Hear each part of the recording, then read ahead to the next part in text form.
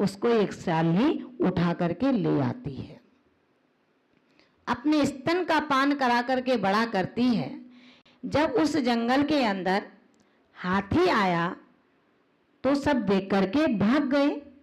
उसके बाद शेर आता है, शेर चिंघाड़ता है, सब भाग जाते हैं। शेर उस शेर के बच्चे को देखकर कहता है कि रे शाबक, रुक जा, तू कहां जाता है?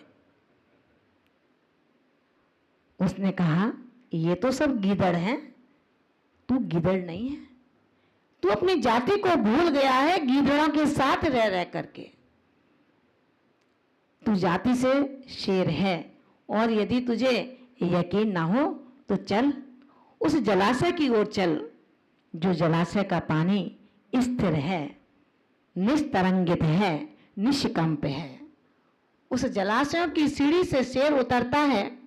शेर का जो बच्चा था वो भी उसके साथ साथ जाता है, गीदड़ के बच्चे भी साथ साथ जाते हैं। उन्होंने उसको विश्वास दिलाया मैं किसी को मारूंगा नहीं। जाते हैं, जैसे ही अपनी परछाई को देखता है तो शेर कहता है कि रे शाबक, देख, मेरे चेहरे को देख और तू अपने चेहरे को देख, तू वही है जो मैं हूं, और इनको देख, ये गीदड़ हैं, इसलिए मुझे देख करके भागते हैं। तेरे अंदर तो वही वाणी है, वही तेजी है जो मेरे अंदर है। तू भी चिंघाड़ सकता है, तू भी दहाड़ सकता है, तू भी भाग सकता है, ऊंची छलांग मार सकता है।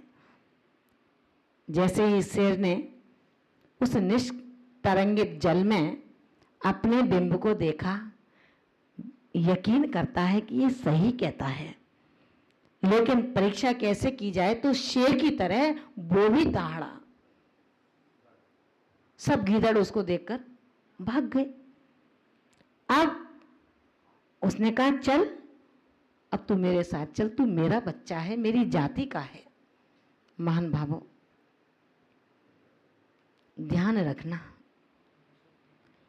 एकत्व विभक्त आत्मा की शक्ति वैसी तो है जैसे तीर्थंकर महावीर की है, वैसे ही है जैसे तीर्थंकर आदिनाथ की है। हम भी उन्हीं के वंशज हैं, लेकिन अपने वंश को, जाति को, कुल को भूल गए हैं और यहाँ आकर के इन संसारी परिवारी जन रूपी गीदड़ों के साथ मिल गए हैं। ये कारण है कि मैं अपनी शक्ति को, अपने स्वरूप को, अपने रूप को और अपने कर्तव्यों को, अपने स्वभाव को पहचान नहीं पा रहा हूँ। रात दिन खाता हूँ फिर भी ये क्षुधा कम नहीं हो पाती, रात दिन पीता हूँ फिर भी तृषा बुझ नहीं पाती है। कितना ढेरों परिग्रह रख लिया, एक ड्रेस से काम चल सकता था, वहां 50 ड्रेस हैं। 3 साड़ियों से काम चल सकता था, वहां 300 साड़ियां हैं। विचार करना महान भावों, एक घर है, अभी और इच्छा है कि पैसे का इन्वेस्टमेंट कैसे किया जाए, तो चलो एक मकान खरीद लेते हैं, उस पर किराए को दे देंगे। आचार्य भगवंत कहते हैं अपने सत्य धर्म को अवलंबन लेकर के आप समीचीन तत्वों को समझकर आपका जो कर्तव्य है उस पर यदि तद्रूप आचरण करेंगे, बर्तन करेंगे, प्रवर्तन करेंगे, तो आपका ये भाव शुभ भाव कहलाएगा। और यदि आप कहेंगे अरे कोई अनित्य भावना नहीं है, कोई अक्षण भावना नहीं है, ये तो सब बातों की बातें हैं, आचार्य भगवंत कहते हैं जो ऐसा कहे उसके लिए तो सिर्फ ये है, अंधों से पथ की पहचान मत पूछो। अंधों से पथ की पहचान मत पूछो, गूंगे से सरगम की तान मत पूछो। मिल जाए गर गुरु तो ज्ञान पूछो, ध्यान पूछो, जहान मत पूछो। अपन क्या करते हैं, सामायिक के समय में भी माता जी महाराज के पास बैठे रहेंगे, और अगर उनसे कहा भैया सामायिक का समय जाओ, तो बोली आप ही तो बोल रही हो माता जी, हम तो जाने को तैयार हैं। बड़ी सहजता से आप उत्तर देते हैं कि माता जी आप ही बात कर रही हैं, तो हम तो सोच रहे हैं अच्छा माता जी बात कर रहे हैं। तो आचार्य भगवंत कहते हैं यदि कोई गड्ढे में गिरेगा तो क्या भला आप भी गिरेंगे?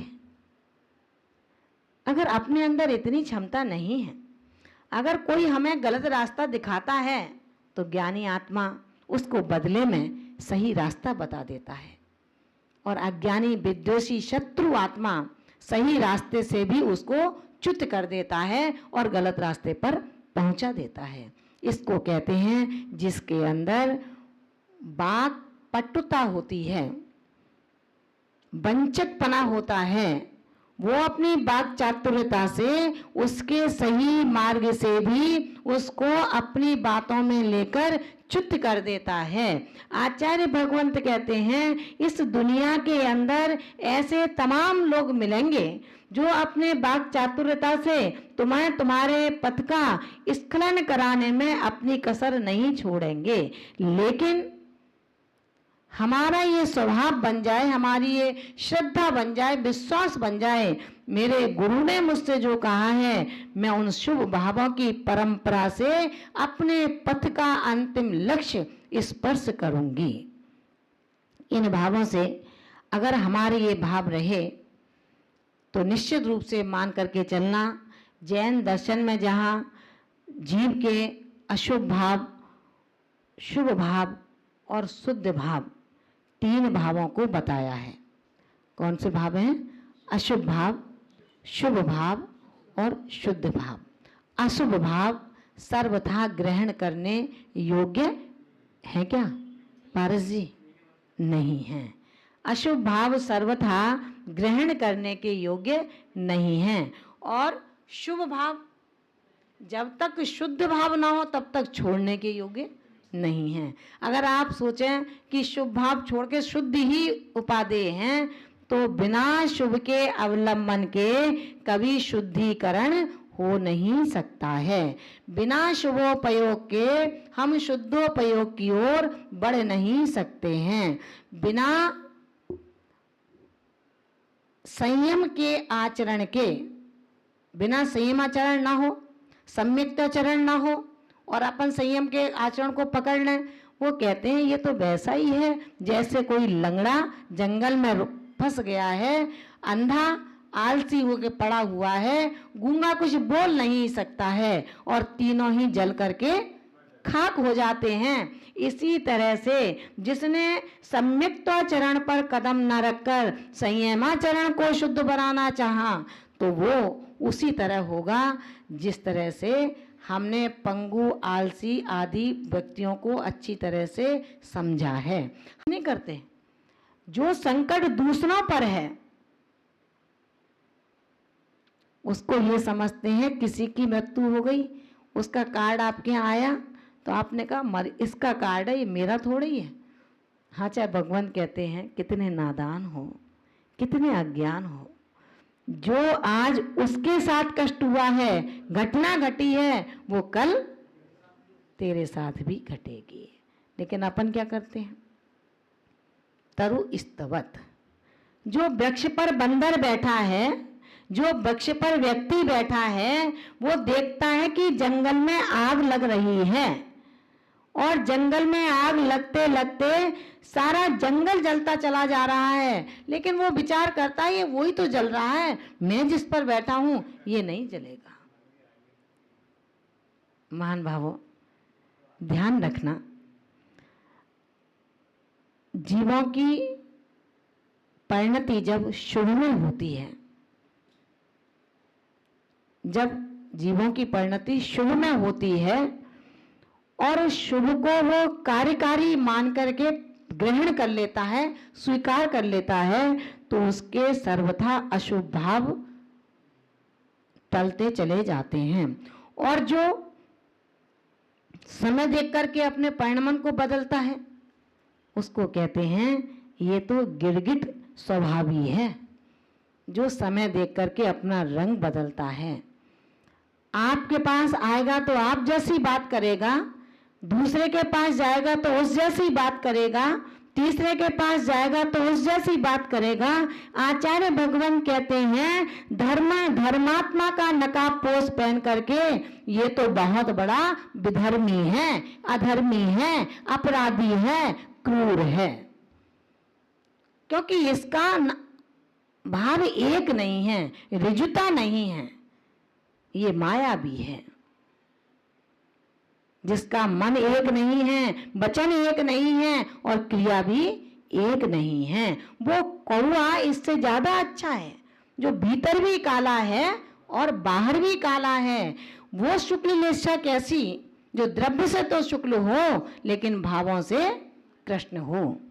ऐसा कृष्ण लेस्या जो भावों से कृष्ण लेस्या वाला है, वो भला ना खुद तिरेगा और ना अपने संगी साथियों को तिरने देगा। आचार्य भगवंत कहते हैं ऐसा द्रव्य कृष्ण लेस्या वाला पत्थर की नौका पर सवार होकर अपने उन मित्रों को भी बुला लेता है जो उसकी विसंगति में फंस चुके हैं, उसकी बात चातुर्यता में फंस चुके हैं, उसकी मीठी वाणी से आकर्षित हो चुके हैं। ऐसे मित्र को भी उस पत्थर की नौका में बिठाने के लिए बुलाता है और वो चले जाते हैं। उसे पता है कि मैं अकेला क्यों मरूं, जब ये भी मेरे साथ में हैं तो इनको भी मारूं तो ज्यादा बढ़िया है। पत्थर की नौका उस जलाशय से कभी इस किनारे से उस किनारे तक की यात्रा पूरी नहीं करा सकती है, लेकिन लकड़ी की नौका जो होती है वही तो रत्नत्रय की नौका है। उस रत्नत्रय की नौका में हम बैठे और चले उस दिव्य लोक की ओर, जिस दिव्य लोक के अंदर धर्म का साम्राज्य है। उस दिव्य लोक की ओर चलना है जहां पर राम राज्य है, अपनी आत्मा का एक विशद साम्राज्य है। ऐसे आचार्य भगवान कुंद स्वामी ने रहनसार ग्रंथराज के अंतर्गत पहले भी बता दिया कि भैया जो तुमको रुचिकर हो वो करो, हमने मार्ग बता दिया है। आज भी भगवान कहते हैं हे श्रावक, हे मोक्ष मार्गी साधक, आप दोनों कान खोल करके सुन लो। बताने का मार्ग होता है जिसकी शरण को तुम प्राप्त हो, समझाने का कार्य उसका होता है जिसको तुमने अपना समर्पण किया है।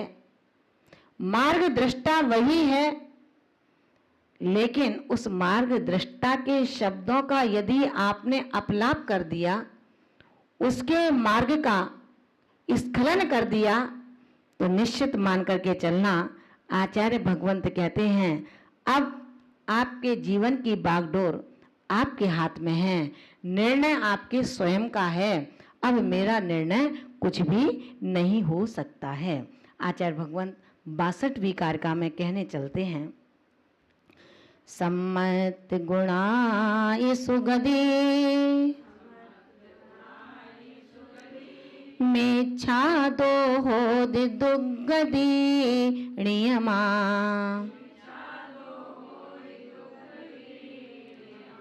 इद जान किमिह बहुणा जम रोचद तम को जाहो सम्मत गुणाय सुगदे मेच्छा दो हो दुगदी नियमा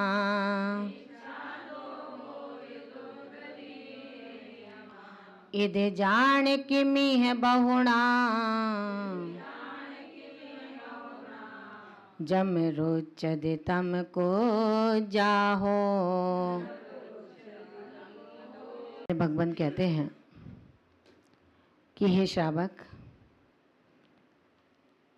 आपने शायद अपने परिणामों का अन्वेषण नहीं कर पाया और यही कारण है कि बार बार ये समझाया जाता है कि सम्मत गुणादि, जो सम्यक्त आदि गुण हैं, उन गुणों से सुगति, सुकति सुगति अच्छी गति होती है। और मिच्छादो और मिथ्यात के भावों से, मिथ्यात के परिणामों से नियमा, नियम से दुर्गति होती है। यदि माने इस प्रकार,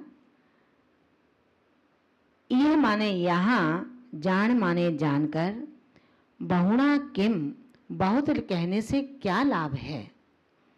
जम आपको, जम माने जो, रुचति अच्छा लगे, रुचिकर लगे, तम माने उसको, कुछ जाओ उसको करो।